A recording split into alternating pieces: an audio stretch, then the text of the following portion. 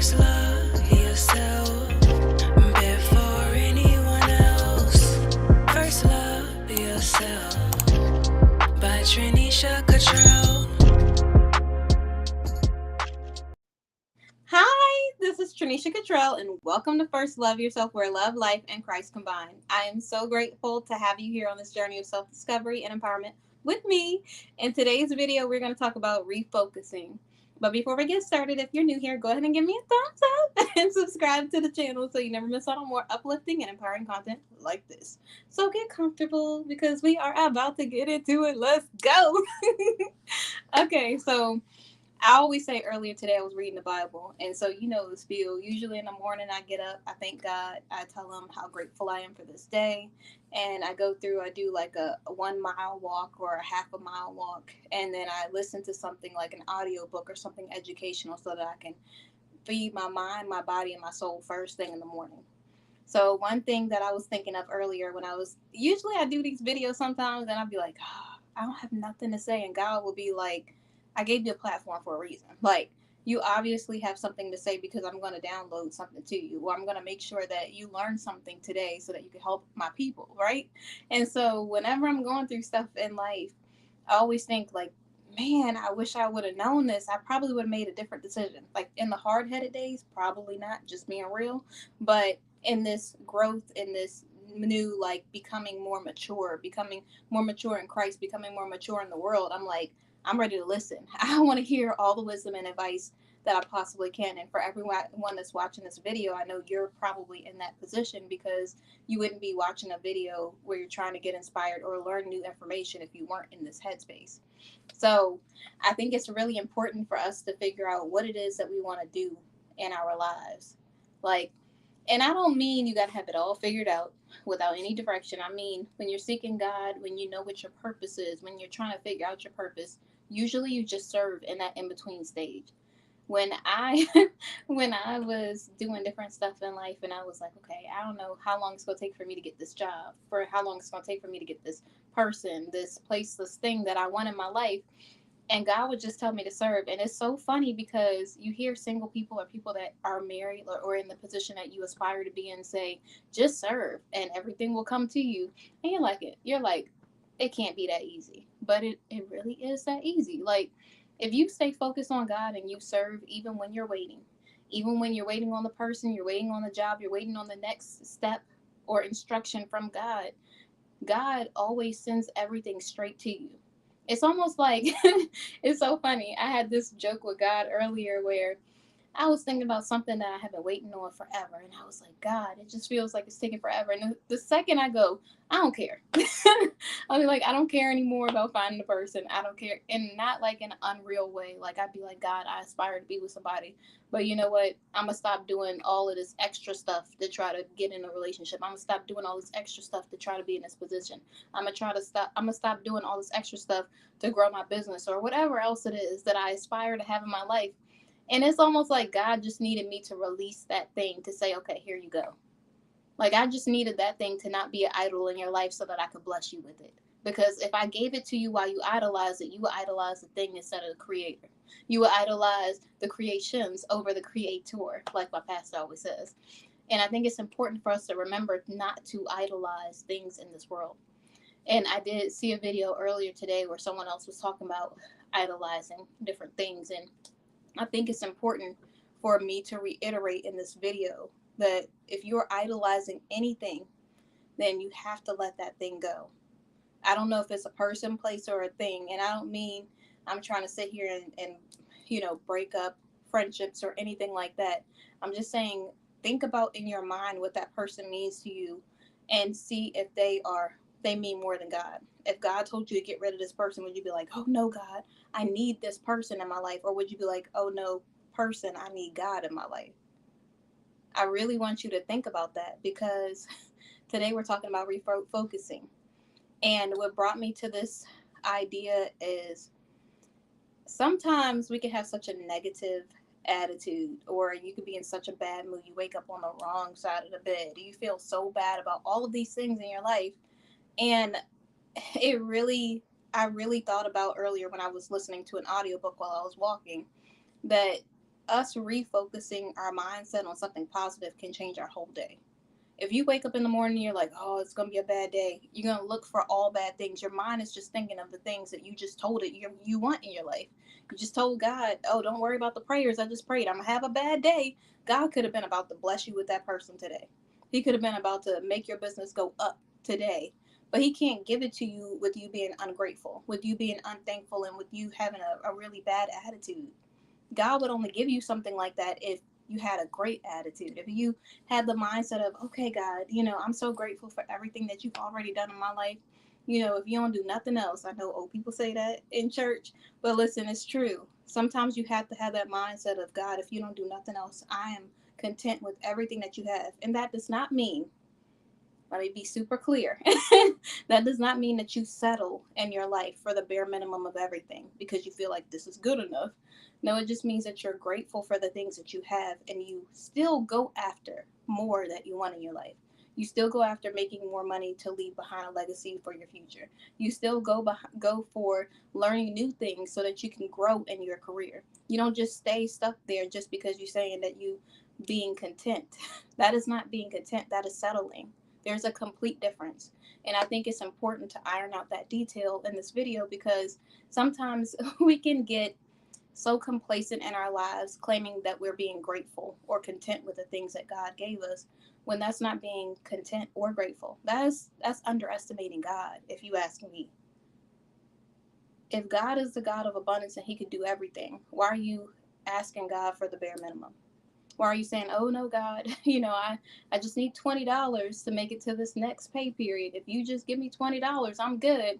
No, ask God to open your mind to give you wisdom so that you can become a better steward of the money that you have, so that you can invest, so that you can use that money wisely, so that way you don't be in that position ever again. You don't have to pray to God for something that you could do for yourself. If you ask God for the wisdom, which that is a prayer, and then you go and you put in the work, then you could get all the things that you need in life, besides the things that need God's hand, of course. And I feel like I always have to clarify because I don't want to be confusing. I mean, you pray for the things that you know that only God can handle. Only God can give you these things.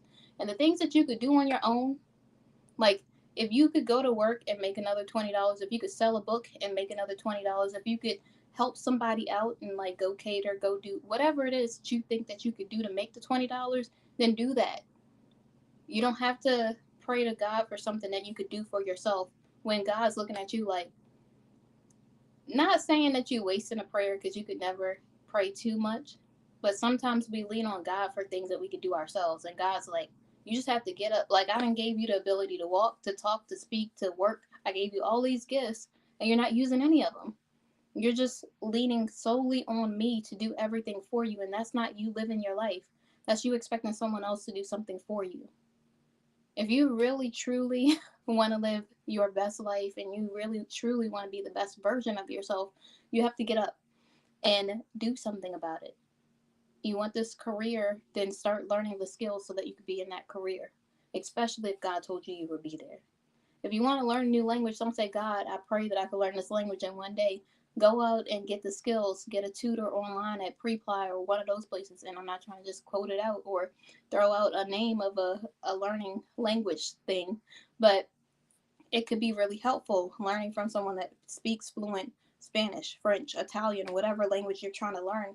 And you constantly are going through having a regular conversation with that person, learning the basic terminology or learning frequent phrases or whatever else. You would learn better if you were the type of person who would learn better that way. Do that.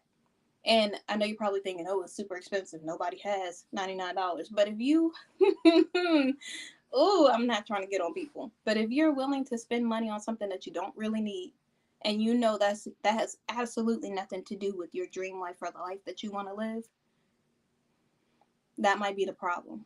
It might be a refocus problem, not a life problem, not a poverty problem, not a skill set problem. It could just be you're focusing on the wrong thing. You're spending this money on an extra snack that you didn't need or didn't have to have, instead of putting it towards this lesson to learn French or Spanish or Italian or whatever language, or this class that you could take for like $25 online or something, or one of the free academies that you have. It's free dollar bills. I mean, it's free dot zero zero. It's the amount of money that you have to pay for this thing. And so when you go on Google, you could look up a website that actually has a whole bunch of free classes. It's got AMS, it's got cloud, it's got a whole bunch of like technology stuff, and it's also some like basic computer skills, Microsoft skills, things like that, or communication.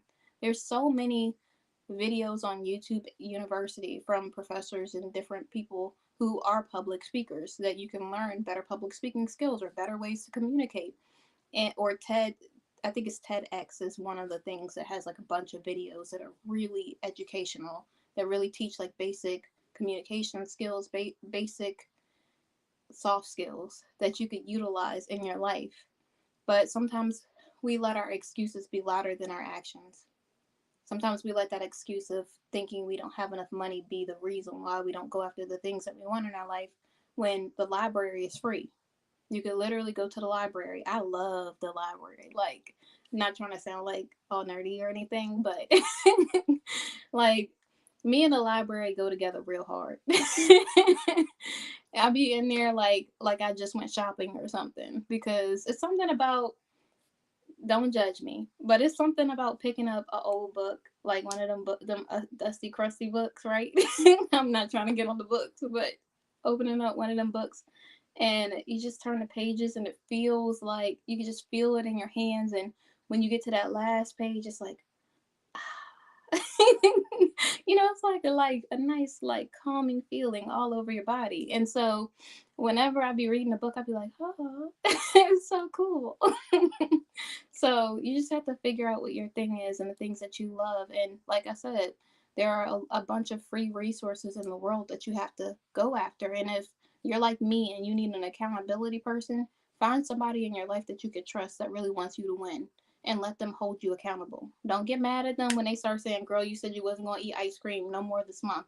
And then you really want that ice cream place that's about to like close up soon until February. You really want to get one more thing of ice cream in. Listen, if you made that promise to yourself that you're not going to have ice cream, you have to say, I don't want ice cream because it doesn't go with my digestive system well, or it makes me bloat, or it's making me gain weight, like really a large number of weight. Sorry. Sometimes when I be in the room, it just be feeling like I'm getting like congested or something. I had to take a quick pause. But you really have to figure out why you want to do these things and why it's so important to you. I have to be transparent in this moment and saying I fell off for a second with my eating habits. I was eating like candy, like white chocolate or Twizzlers or something almost every day for like, not every day, but like 4 days a week or something like that for the past like month until 1 or 2 weeks ago. Now I think I had like one Twizzler in the past like week or 2 weeks or something like that. But I had to think of the reason why I don't want to eat. I just literally got the liners so that I could straighten my teeth. And my teeth are white because I don't eat a lot of candy typically, because I do eat healthy most of the time. So a lot of the sugars and things, and yes, there's sugar in fruit, but it's a different type of way that your body processes that sugar. And so I have to figure out why it's so important for me to eat healthy. I want to have more energy. I want to be focused at work. I want to make sure that I get more stuff done and I'm not exhausted going up flights of stairs. I don't want to gain all the weight that I had that one time before I started exercising because I'm focusing on the wrong things. I have to remember the reason why it's so important to me and keep moving towards the person I want to be. If I want to be toned, then I'm going to have to eat like a toned person, not all the time, but I can't eat candy every day. Maybe I eat it once a week. Maybe I eat it once every other week. Whatever it is, where I can have a healthy balance where it's not just, and you thought I was going to say just cut it out altogether. Listen, I'm not that person. I know how hard it is. But sometimes you have to have a balance in your life. So if you know being around this person is not healthy for you, then maybe you should set a time limit. That's something that I do sometimes for people that I can't get rid of in my life. Like we might be in business together or something else like that. And I'll be like, all right, if I have to work with this person in a business deal, then I'm going to be cordial. We're going to talk about specifically business stuff. and I have to protect my peace. I can't worry about anything else. It's about me making sure that I'm mentally stable, that I am taking care of my mind, my body, and my soul. So if this thing isn't adding to my future, then it has to go. It either has to go or it has to be on a timeline. Like, you got 5 minutes. Can we make this deal in 5 minutes? Okay, that's it. End the conversation. And we try to work out a better way to maybe get rid of my portion or whatever else I got to do to make sure that I'm good. Because what's important is making sure that you take care of your mental health, take care of your body, and take care of your soul. You want to feed your soul the word. Like, you got to make sure that you are feeding you in your ear and your eye gates the stuff that's actually going to help you be a better person, that's going to actually add to your life. Don't just feed a bunch of trash and then you end up going back to your old life and you're like, I don't know what happened. All of a sudden, I just started acting like my old self. It's because you're watching that old TV show, listening to that old music. That's my thing. I don't know if it's your thing, but I'm just telling you the things that I watch out for, where I refocus my energy on something that's more productive so that I can have a more productive day. Sorry, I'm sounding all congested. It's just like the air. I think it's, oh, I forgot to turn the fan off. I don't know about y'all. Look, sidebar. Sidebar. But I cannot sleep with the fan on. I don't know what type of people y'all are that could sleep with this fan on. And God bless you guys. But let me tell you something. I be feeling like like I'm underwater. I just can't. I can't with the fan. And before I did this video, I had to do a couple things. So I had the fan on just to circulate the air and things like that. And I'm sitting up here on this video about the feeling like all congested and like the fan be messing me up. Y'all don't understand. I don't know what kind of gifted people y'all are that could sleep with the fan and have a fan going, but y'all some special people. Like, kudos to y'all people, because I'm not the one. I can't. It'd be difficult. And so I just want you to make sure that you stay focused on the things that matter to you.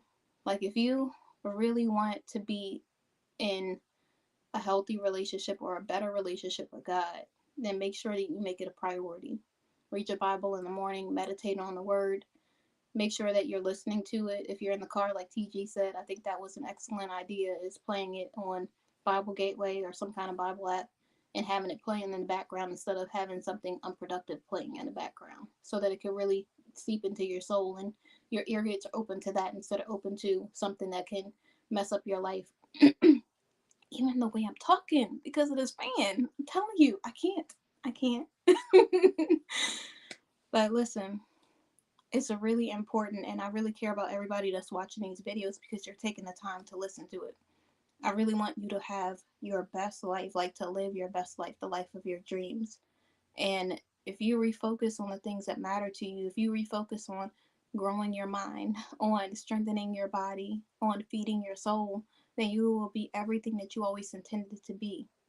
There's one question that Jim Quick asks in his videos sometimes, and he'll say, is this thing bringing you closer to your goal or further away from it? And in church, they would say something like, is this thing bringing you closer to God or away from God? I need you to ask yourself those questions every time you get an opportunity or a choice to make a decision in your life. When you're about to watch this show, if it brings you joy and it's not hurting anyone and it's something that's not causing you to backslide, then watch the show. I'm not saying binge watch it all day and not do anything else with your life. I'm just saying that in small doses you could do those things, because it's making you happy.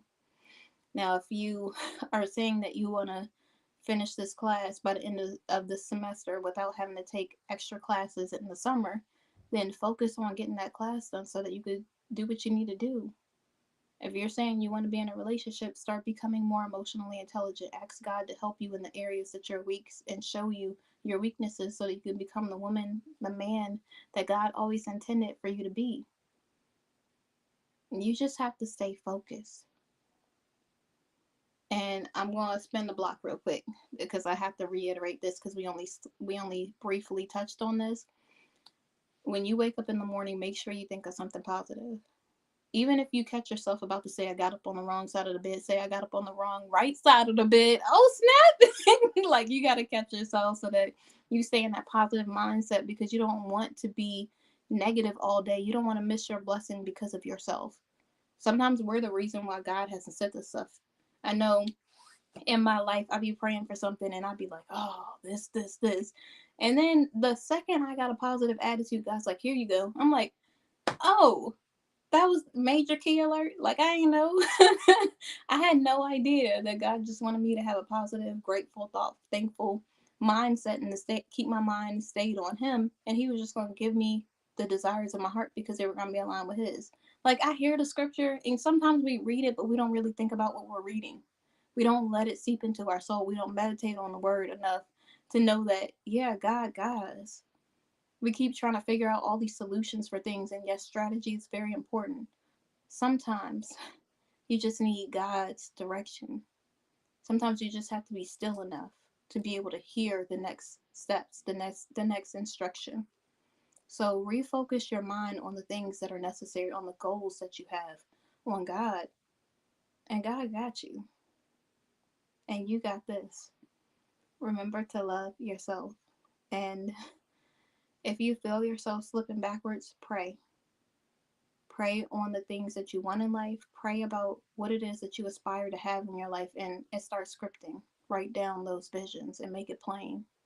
Write down, oh, I'm so happy, grateful, and thankful that I get to drive this Porsche 911 coupe and I serve the community. I help out these people. I do all of the things that you aspire to do. Write it as if it already is. Right? Oh, I've made in the past AO video with the millionaire on there talked about how he wrote down, I'm so grateful and thankful that I make $100,000 a month by December 31st, 2024, or whatever your thing is. And he would write down the things that he aspired to have in his life align with God, not making money an idol, and also making sure that he focused on the things that God wanted for his life. And if we continue to do that, we will get everything that we desire. So continue to stay focused on God, love yourself, and know that God loves you. Remember to love yourself.